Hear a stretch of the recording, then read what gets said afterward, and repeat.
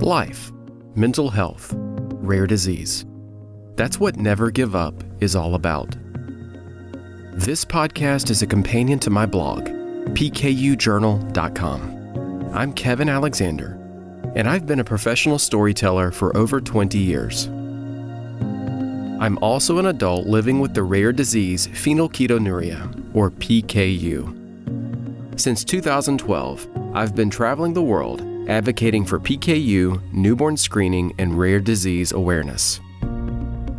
Living with a rare disease can be a heavy burden. So, on this podcast, I share thoughts, reflections, and stories to motivate you on your journey.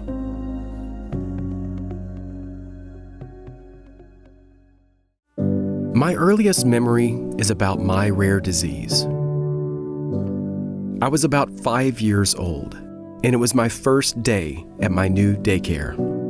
My mother was explaining my special diet to the daycare owner, and I understood all of it. My rare disease is phenylketonuria, or PKU. It's one of the 10,000 known rare diseases. It's a metabolic disorder that affects how much protein I can consume. Traditionally, the only way to treat this rare disease was a low-protein diet combined with daily consumption of a medically necessary drink full of the nutrients I can't consume in normal food. That's still the foundation of the PKU lifestyle. But there are other treatments now that allow some people to eat more natural protein in their diets. But this is still a medical condition that requires daily maintenance, and at times it can be frustrating and overwhelming. I've been involved in PKU advocacy for a long time. I've been fortunate to combine advocacy and my career as a storyteller, and it's been an amazing ride. Over the years, I've produced PKU-related videos, I've given speeches, I've been active on social media, and I've had a previous podcast for the PKU community. So, why am I doing this? Why am I starting a new podcast? Those in the PKU community who have followed me for a while may know that I disappeared from PKU advocacy and social media for a few years. When the pandemic hit the United States in early 2020, I was burned out. I took the next couple of years off from advocacy. I had to find myself again. I returned to the PKU community last year with a greater understanding of mental health. I've kept a daily journal for 18 years. I haven't always written in it every single day. There was a period of time when I was so burned out that I didn't write at all. But for the last year, especially since last summer, my journal has been my constant companion.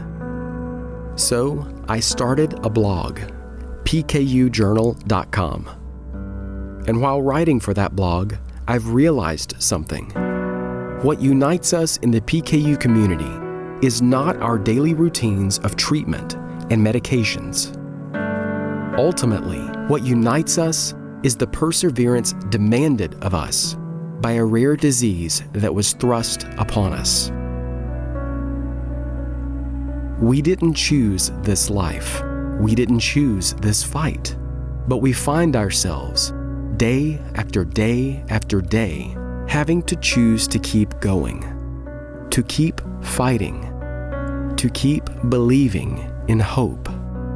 And that is true for all of us in the rare disease community. We have to wake up every day and choose to believe in hope.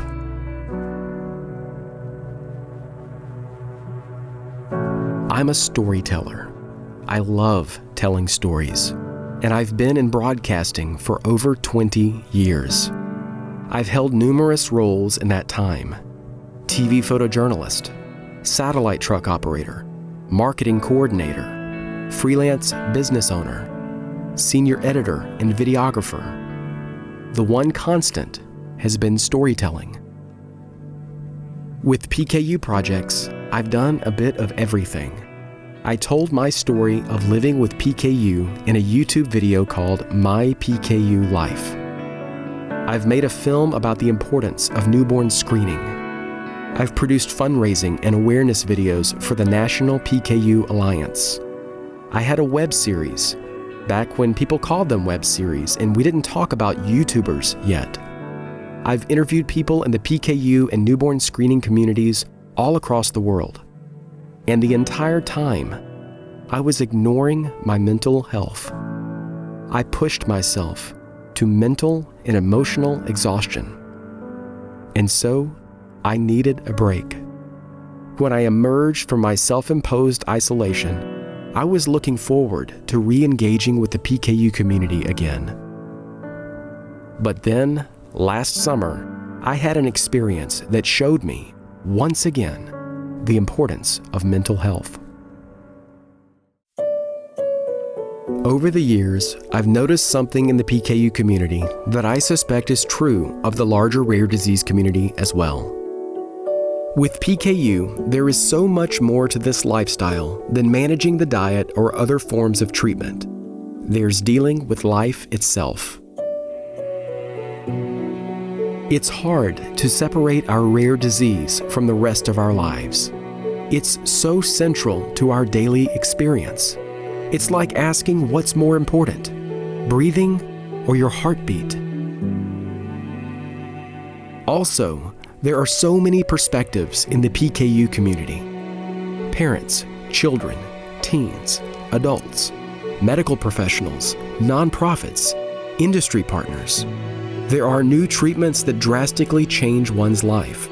It's created pockets in our community where daily life looks different from others with PKU.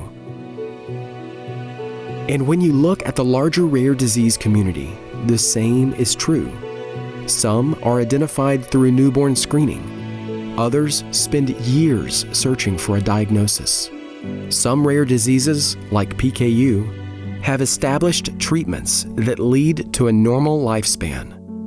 But, according to the National Organization for Rare Disorders, 95% of rare diseases have no established treatment. And too many children are taken from us at a young age. So, it can be hard to talk about the rare disease community as one community if you only look at the specific circumstances of our various rare diseases. But we are united in our need for hope. We are united in the daily grind of living with a medical condition, with requirements placed on us to survive that others outside of our rare disease community cannot possibly understand. While you fight for yourself or your children, you have to take care of yourself. This podcast is all about life, mental health, and rare disease.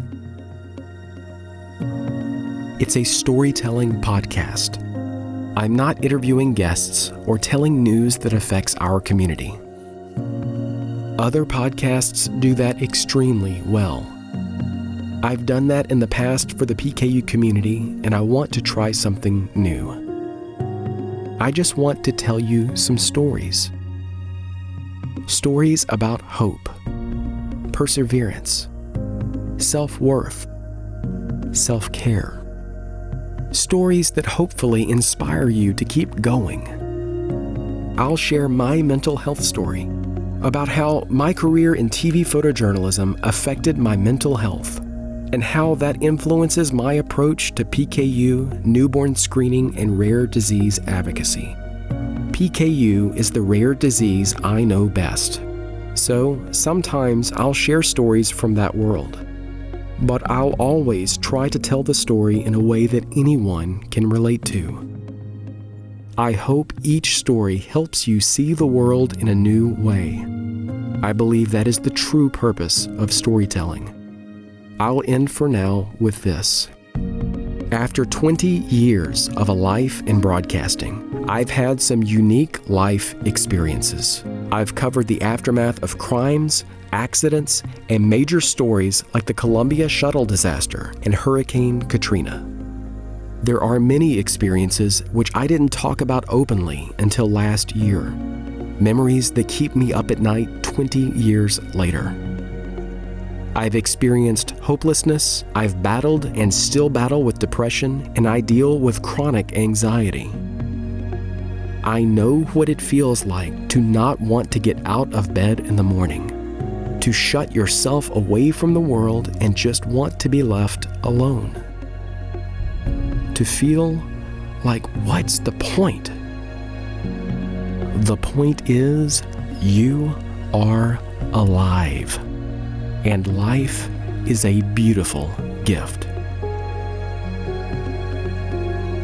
I know from experience how fragile it is, and how at any moment it can be taken away. But when you begin to realize that and accept both the beauty and fragility of life, you can experience life with fresh eyes. And that's why I say this, and you'll hear me say it often: never, never, never give up.